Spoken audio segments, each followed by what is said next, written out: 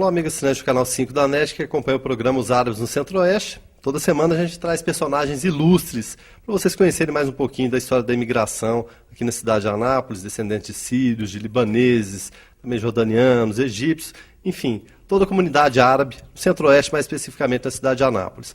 Hoje, como eu falei, mais uma figura ilustre está colaborando com a gente nesse trabalho, que é o senhor Sultan Fallu. Ele tem origem síria e a história do seu Sultan é riquíssima. A gente vai discorrer ao longo da entrevista, só que antes de falar do seu Sultan Fallu, a gente tem que falar o quê? Da origem dele, de onde os pais vieram, por que vieram. Bom, seu Sultan, primeiro, é um prazer receber, é uma honra eu poder estar entrevistando o senhor aqui no canal 5 da NET. Obrigado pela gentileza. Não tem que agradecer, nós é que agradecemos essa oportunidade de dirigir aos telespectadores do canal 5 alguma coisa sobre a origem dos árabes em Anápolis e mais especificamente da minha família. Bom, o que o senhor pode falar então da família Fallu? A origem, como eu falei no início, a origem é a Síria. O nome dos pais, de onde eles vieram, era uma aldeia na Síria?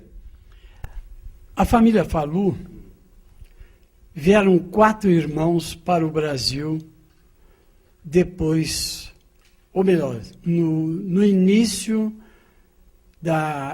no fim da Primeira Guerra Mundial. Eles já eram jovens e tinham sido convocados para a guerra, convocados pela Turquia, que nessa altura dominava também a Síria. Meu avô, Migbel Fallu, pegou os 4 filhos e mandou eles para a América. Pode falar o nome deles? Migbel Fallu. Tá, esse é o avô. E os filhos, o nome dos 4 filhos, o senhor se lembra? Os filhos são Mershed, Farhan, que é meu pai, José Fallu e Barakat Fallu. Esses 4 vieram para a América. A América, naquele tempo, era conhecida até a Argentina, para onde eles moraram por 3 anos. Porque muitas vezes falava ir para a América, muitos deles, de repente, nem tinham noção. Podia ser desembarcar no Porto de Nova York, Porto de Santos, de repente na Argentina. Então, na verdade, era fazer a América, mas a noção muito de onde estava também era relativo, né? Sem dúvida alguma. Eles vieram para Buenos Aires, onde lá tinha um tio nosso. É isso que eu ia perguntar. Então, tinha uma referência já. Tinha essa referência, foi o motivo que eles ficaram. E até hoje existe da família Fallu diversos elementos em Buenos Aires. Inclusive um grande guitarrista de fama internacional, Eduardo Fallu. Muito bem, vieram para Buenos Aires e lá na casa desse tio, eles ficaram um bom período. E certo amigo de meu pai estava vindo para o Brasil, mais precisamente Rio de Janeiro, e convidou o meu pai para vir com ele.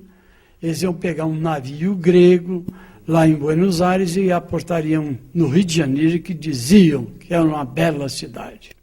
Então trocou, de repente, a Argentina pelo calor, um calor mais tropical, né? Exatamente. E chegando no Rio de Janeiro, meu pai encantou com a cidade. E como não encantar, né, seu Sultan? Não é para menos.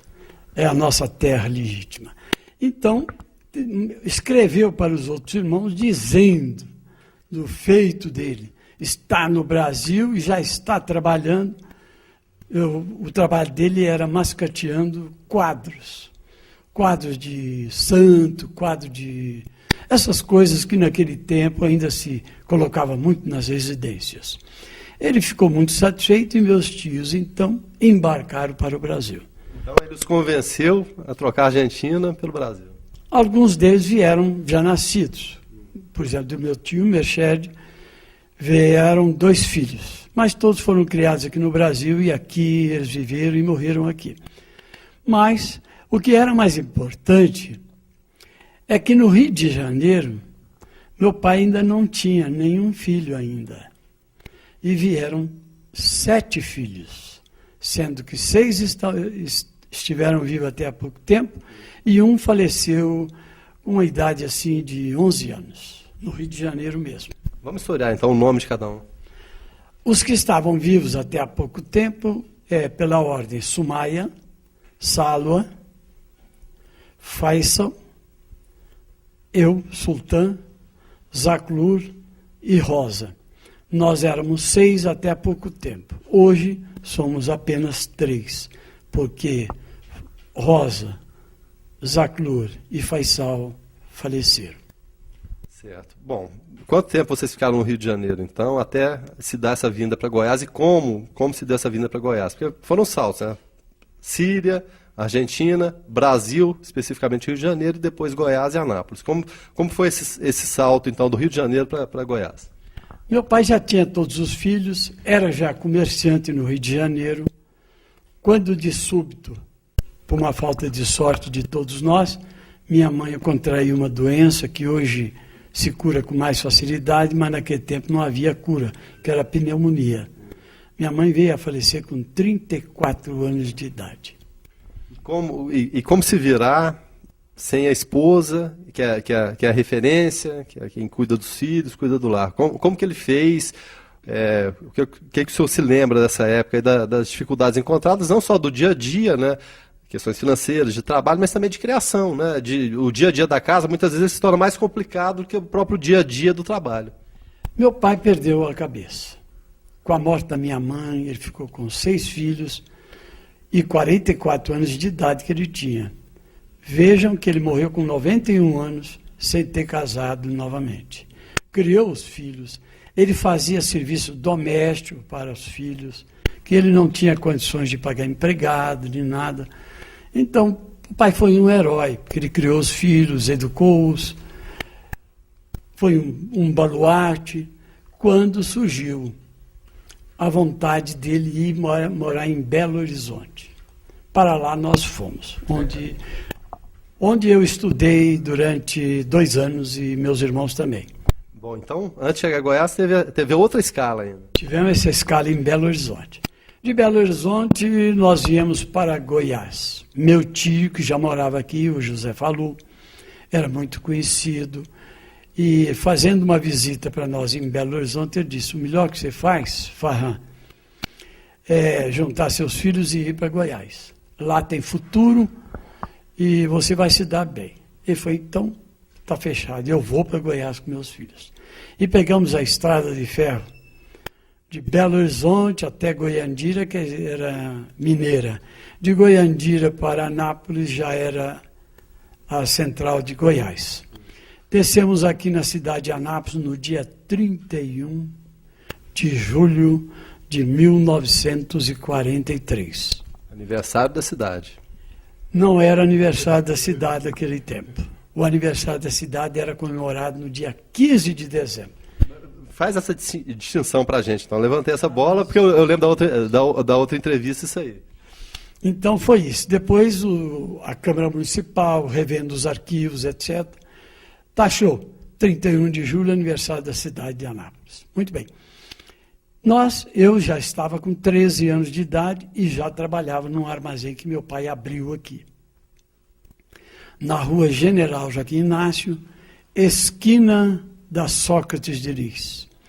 Ali moramos algum tempo com essa armazém de secos molhados, e eu enfrentei com meu pai a dureza daquilo. Meu irmão trabalhava de empregado com meu tio, minhas irmãs ficavam em casa, o meu irmão Zaclu era muito criança, estava estudando, minha irmã Rosa estudando, estudaram na Escola Santana, depois estudaram no grupo escolar. Então, eu estudei na escola do professor Brasil, que era Couto Magalhães naquele tempo.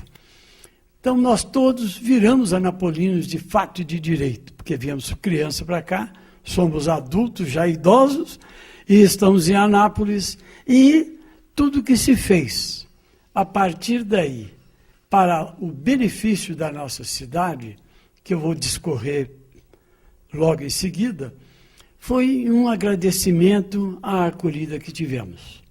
Porque quem veio de mão banando e conseguiu formar uma família, como meu pai educou uma família, projetou aqui, etc., com toda humildade. Nenhum tem gabarito para mais do que isso. E quisemos agradecer a Anápolis. E meu pai era cativo de Anápolis, gostava da cidade.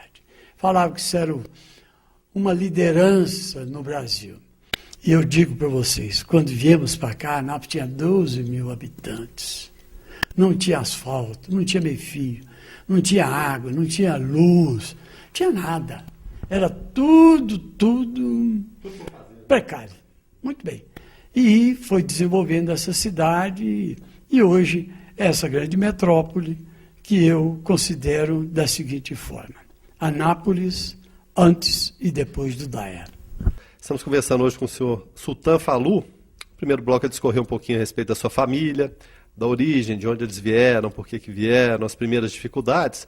Agora, nesse segundo bloco, ele vai falar um pouquinho da história pessoal dele, que é uma história muito rica, tem muito a ver com o desenvolvimento da cidade de Anápolis. A gente encerrou outro bloco com o nome DAEA no ar. O que a gente pode falar do DAEA, o que era e o que se tornou, seu Sultan? Eu gostaria de dizer um pouco mais, antes de chegar no DAEA.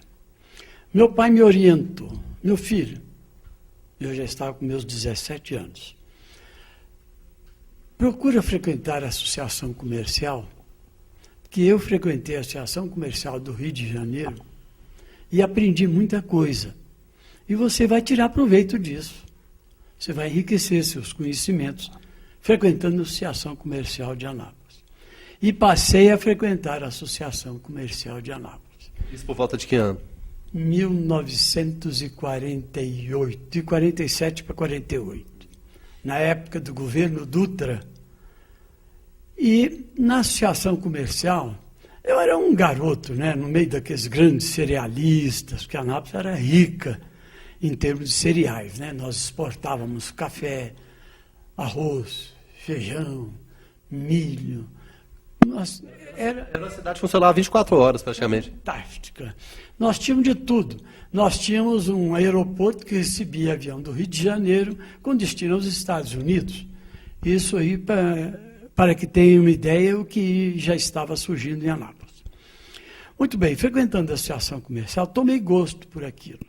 Só um parênteses, como que o menino se sentiu naquele ambiente? O senhor logo se sentiu à vontade, sentiu esse aqui é meu meio, ou se sentiu meio que estranho no meio daquele pessoal, como o senhor falou, de repente pessoas de poder aquisitivo muito maior, muito mais experientes na vida? Eu não passava de um menino lá no meio daquela homaiada rica como era lá. Os Pinos, Cardoso, os Elias. Então, todos cerealistas, grandes cerealistas e grandes atacadistas. Mas eu frequentava lá, e eu era a lojinha, a vendinha do meu pai era sócia. Então, devagarzinho, surgiu a primeira eleição que eu participei lá. Qual foi? A eleição para o conselho de diretor, etc. Foi eleito, na época, Carlos Castanho, um grande cerealista. E naqueles cargos mais sem expressão, fala, bota aquele menino, ele frequenta aqui sempre, bota aquele menino. E o menino, como se sentiu? Eu senti honrado com aquilo, porque eu nunca esperava fazer parte de uma diretoria de uma entidade. Muito bem. E vamos, tudo que eles precisavam, você pode ir, eu posso. Pode fazer isso, eu posso, e tal, e etc. Eu fazia. Chegar ao ponto de, em 1958, aí começa a história pesada. Em 58, eu já tinha meus 28 anos de idade. Já 10 anos de associação comercial como frequentador? Já tinha isso, mas sem expressão, sem nada, né? Era um a mais.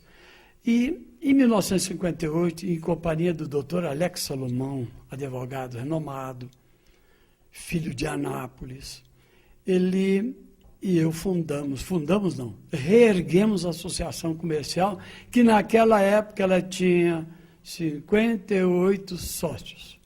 Era uma insignificância para o tamanho do comércio de Anápolis, do comércio e da indústria.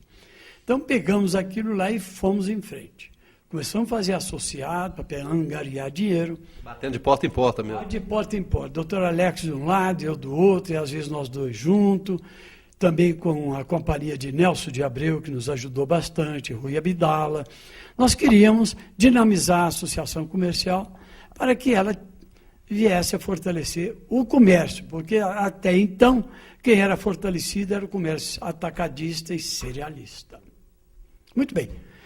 E com isto, Decorreram 2 anos do mandato meu com do doutor Alex e eu. Ele presidente e eu vice-presidente. Naquele tempo, a diretoria era pequena. Presidente, vice-presidente, secretário, tesoureiro e simplesmente quem dominava tudo essa entidade era esses 5. Ou melhor, esses 4. E quando o doutor Alex estava terminando, ele falou, tem que ficar um de nós na diretoria da Associação Comercial. Então, vamos escolher dentro. Eu falei em nome dos meus colegas todos, não, mas vai ser você. Você trabalhou muito, ficou conhecido, vai ser você o meu sucessor. Doutor Alex e pá daqui, pá dali, né? Acabei aceitando o desafio de ser presidente da Associação Comercial. Eu tive a sorte de, ao convidar para meu vice-presidente o empresário Capitão Valdir O'Dwyer. Ele aceitou ser meu vice-presidente e nós começamos a trabalhar. Anápolis estava em situação difícil. Precisavam alguma coisa para erguer essa cidade, melhorar a autoestima da população, que estava em decadência. Muito em parte também pelo desenvolvimento de Goiânia e início da construção de Brasília também? Sem dúvida. Goiânia recebia tudo, as outras cidades apenas mandavam dinheiro dos impostos. Não tínhamos assistência governamental, nem nós e nem outras cidades também. Então, havia briga, nós íamos até Goiânia reivindicar, não conseguíamos nada e tal, etc. E a cidade foi desenvolvendo, até que entrou o Juca Ludovico. Juca Ludovico simpatizou por Anápolis e nos ajudou bastante. A primeira obra dele foi o Colégio Estadual Juca Ludovico, que Anápolis estava em carência de um colégio público para aqueles que não podiam pagar a escola e ter condições de estudar. Colégio Juca Ludovico, José Ludovico de Almeida. Juca é o apelido? O apelido era o Juca. Então, essa foi a primeira obra dele. A segunda obra foi nós querermos ter energia elétrica. Como é que se transforma uma cidade sem energia elétrica? Nós não tínhamos. Foi quando o Juca Ludovico também nos ajudou trazendo a energia elétrica da Cachoeira Dourada. Isso foi um surto fenomenal. Partimos também para uma luta para conseguir corpo de bombeiro para Anápolis, porque as máquinas de arroz, quando havia um pequeno incêndio, quem acudia era a população. E isso não tinha mais sentido, né? Conseguimos também trazer uma corporação do corpo de bombeiro para Anápolis. Só para a gente historiar um pouquinho, situar historicamente, meados dos anos 60, seria por volta disso, ao final dos anos 60? 60, 70. Muito bem. Terminou o nosso mandato, veio para o nosso lugar Munir Naum. O Munir trabalhou muito, conseguindo um financiamento junto ao BRB para concluirmos o nosso edifício da cidade, da associação comercial. Estava faltando todo o material por dentro. Só tinha a construção do prédio, mais nada. Isso foi feito numa luta com rifas, com doações, com ajudas do prefeito, etc, etc. Muito bem, prefeito de Anápolis. E feito isso, Munir ficou 2 anos, aí foi para o lugar dele, Rui Abdala e eu, vice-presidente.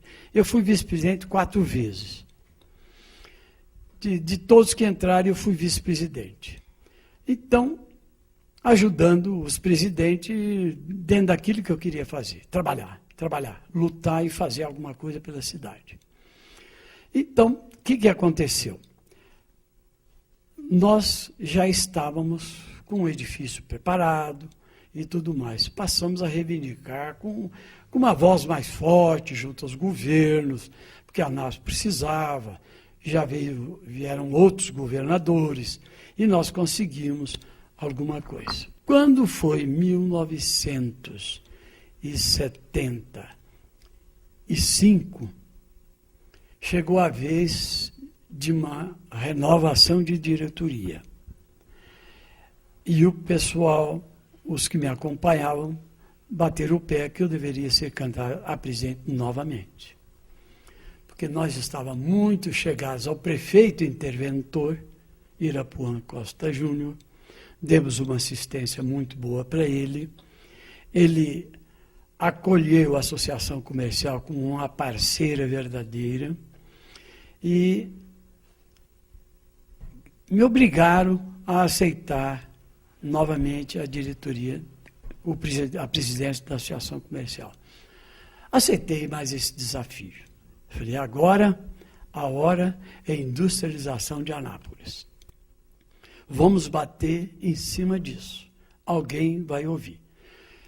O deputado da época, 2 anos antes, o deputado daquela época, Ursulino Tavares Leão, apresentou um projeto na Assembleia Legislativa transformando Anápolis numa cidade industrial, muito próxima de Goiânia, a cidade mais importante próxima a Brasília, e então que deveria ser a cidade industrial do estado de Goiás.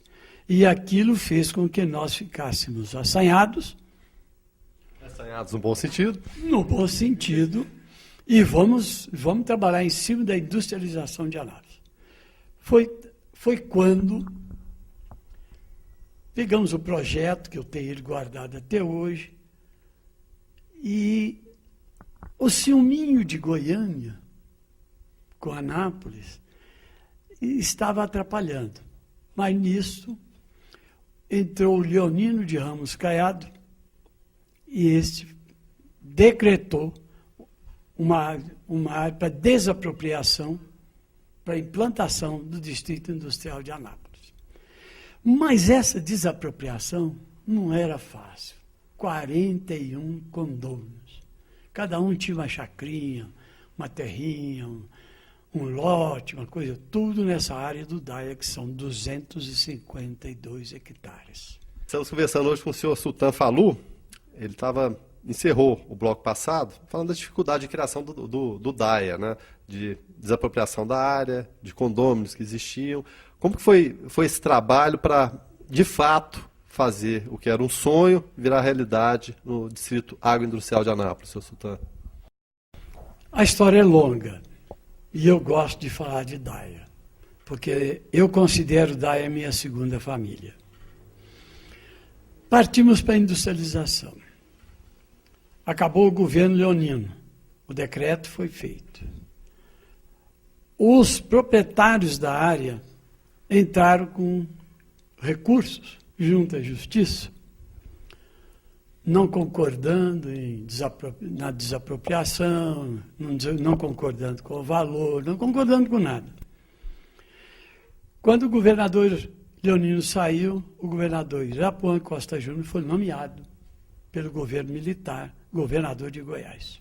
E é bom que se frise, na época, o presidente era o Ernesto Geisel. Nesta época, o presidente era Ernesto Geisel, pessoa que eu tive um bom relacionamento com ele, porque estive com ele 3 vezes, coisa que não acontece com o secretário de Estado, falar com o presidente da República. Mas eu tive esse privilégio em razão de ser presidente da Associação Comercial e Industrial de Anápolis.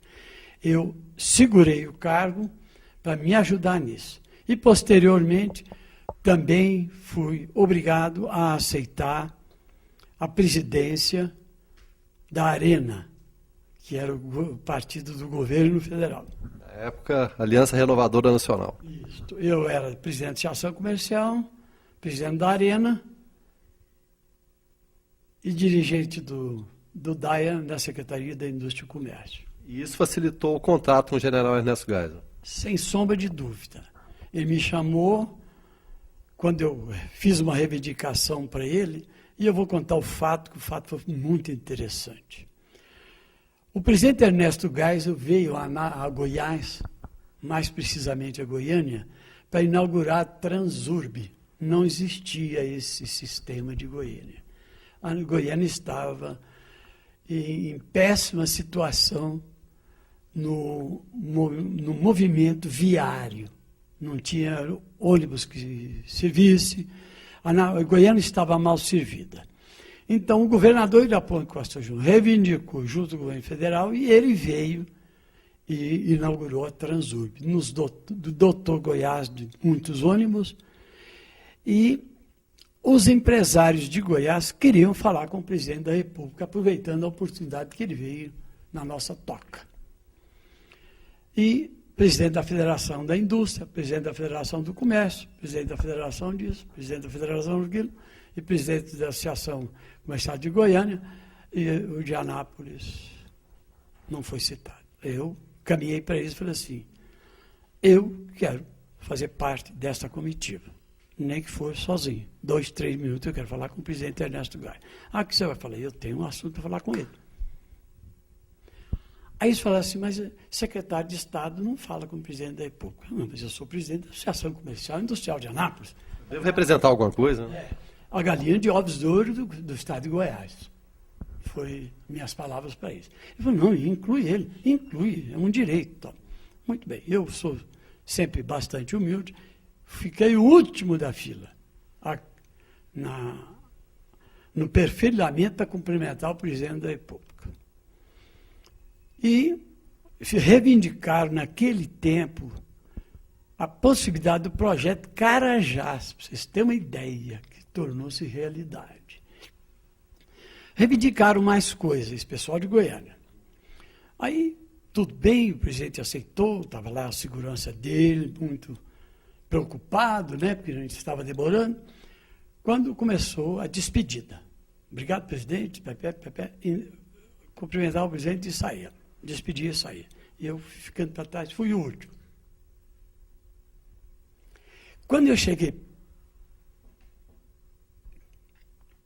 próximo ao presidente para cumprimentá-lo, despedido, fez excelência, eu preciso de 1 minuto de vosso tempo para expor um problema sério que nós estamos com ele, que é a construção do Distrito Industrial de Anápolis, que vai ser o anteparo do fluxo migratório que demanda ao Distrito Federal. Nós precisamos de recursos, presidente.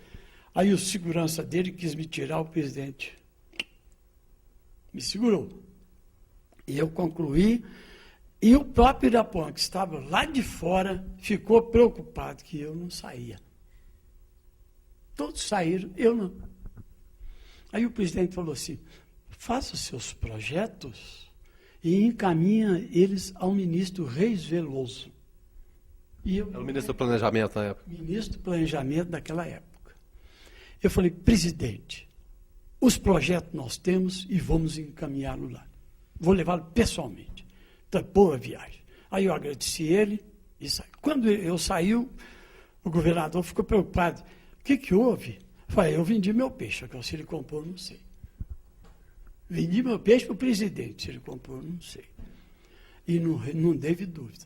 Levei os projetos, foram aprovados e saiu o recurso. Aí eu procurei os condôminos todos para fazer um acordo com eles, pagando mais pela área deles, porque eu precisava implantar o Distrito Industrial de Anápolis. Não deu outra.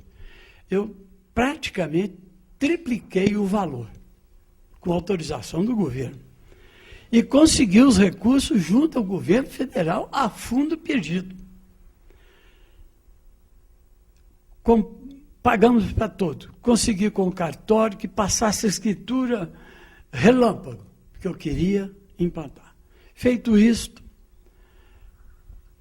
o Ministério do Planejamento mandou um engenheiro, um arquiteta e um outro lá do Ministério para ver, de fato, essa área que nós íamos fazer um distrito industrial. Eles vieram e já tinha alguma coisa iniciada, tinha máquinas lá, já feito concorrência e tal, etc. Ele falou, como é que vai ser? Está aqui o projeto. Quem fez o projeto não foi aceito, o nosso é que foi aceito. Então, o que era do outro governo, discriminar, porque ele era faraônico, justiça é feita. Era um projeto para não ser viabilizado. E eu fiz um para ser viabilizado, pé no chão. Então, eles gostaram do projeto, falaram, olha, tudo vai encaminhar bem. O senhor já solicitou recurso, já solicitei, estou correndo, pedindo, que estamos precisando deles. e desci com eles até o nosso restaurante Churrascaria Caiçara, e lá acabamos de conversar sobre os recursos. Parece que eles entenderam que nós éramos bem intencionados. Muito bem, o recurso veio numa rapidez incrível. Pagamos todo mundo à vista. Recebemos as escrituras. Começamos a fazer concorrência para a implantação dos setores. Setor de arco, setor de asfalto, setor disso, aquilo tudo. Muito bem, feito isto, eu confesso para vocês, eu tive outra vez com o presidente Geisel. Ele me mandou mais recursos. Quando eu estava já com 3 indústrias em construção, o asfalto estava concluído. Eu lancei mão da minha amizade com o comandante da base aérea daquele tempo, Coronel Peixoto, para que ele me emprestasse um engenheiro da base, para com o engenheiro nosso do Estado, discutir o problema do asfaltamento daquela pista principal do DAIA. Que eu sabia que o Distrito Industrial ia passar peso e pesado em cima daquele asfalto. E o projeto era bonito, via dupla, canteiro central e etc. Ele falou assim, não, ele me chamava de magro, e eu era mais magro que eu sou hoje. Magro, eu arranjo um engenheiro para você, mas não é para ficar lá, ele vai te dar uma orientação, eu quero é isso. O engenheiro veio, conversou com o nosso engenheiro e falou assim, eu quero um piso igual àquele que o Mihai está aterrissando nele. Aguenta tranco. Que aguenta o tranco. Aí ele falou assim, não, se for feito assim, assim, assim, assim. Mandei o projeto para Brasília, foi aprovado. Foi aprovado. Feito isto, vieram os recursos. E no dia 9 de novembro de 1976, pedi ao governador Irapuã Costa Júnior que envidasse todos os esforços possíveis e impossíveis para trazer o presidente da República para inaugurar a obra de infraestrutura do DAIA. E também, com a vinda dele, eu tinha outra intenção. Como presidente do partido dele, que era a Arena, eu queria ganhar a eleição. Estava tendo uma eleição neste mesmo mês de novembro, no dia 15. A vinda dele foi 9 e a eleição era dia 15. E era eleição para vereador, 15 vereadores, que houve uma interrupção e tinha essa eleição. Então eu queria matar os 2 coelhos com uma cajada só. Matou? E matei. E matei. Muito bem, o presidente veio, inaugurou, gostou. Eu disse, Excelência, o senhor nos dotou dos recursos necessários para a implantação desta grande obra. E o governo federal, com pouco prazo, receberá de volta em formas de impostos. Ele falou, não estamos preocupados com isso. Queremos é que isso siga o dinamismo que iniciou. E eu, terminado o discurso, ele descerrou a placa e o major, que é a segurança dele, já queria ir embora. Eu falei, Excelência,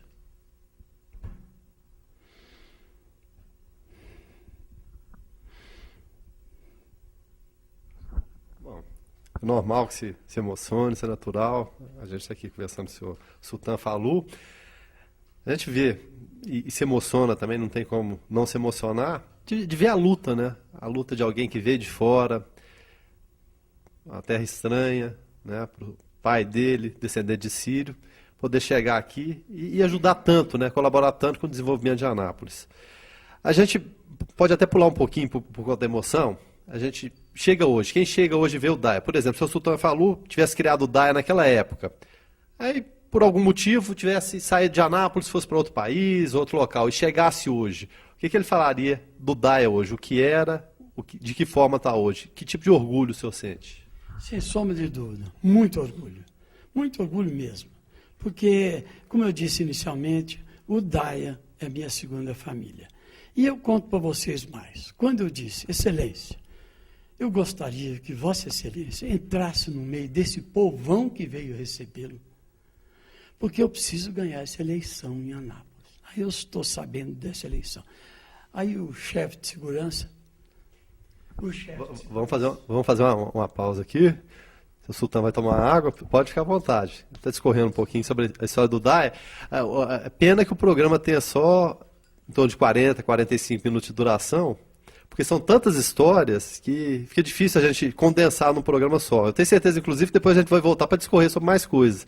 Só que como o tempo urge, ou como diria um amigo meu, o tempo ruge, ao invés de urge, a gente precisa encerrar com a...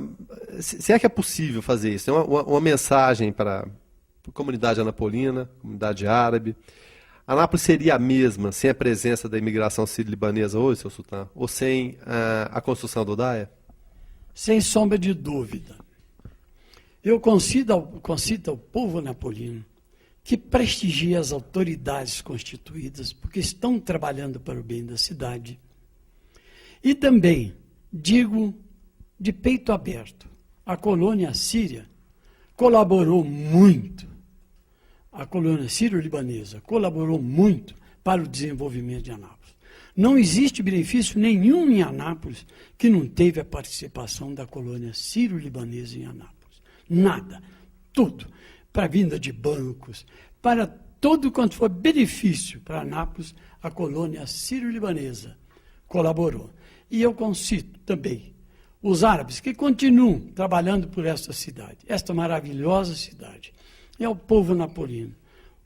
O meu orgulho de ser um de vocês. E quero aqui terminar a minha vida.